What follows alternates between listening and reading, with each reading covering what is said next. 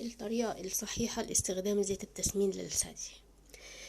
بتحطي ايد من تحت الصدر والايد التانية فوق الصدر.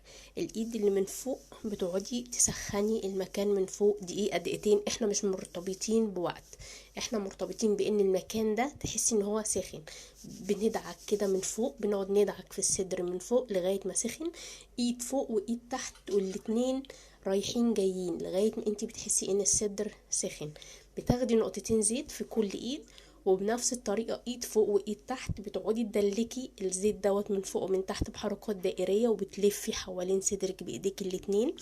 بتسخني الصدر خالص. انتي حسيتي ان في نار طالعة من صدرك، زي ما قلنا مش مرتبطين بدقيقة ولا دقيقتين ولا 3، بيختلف من جسم للتاني.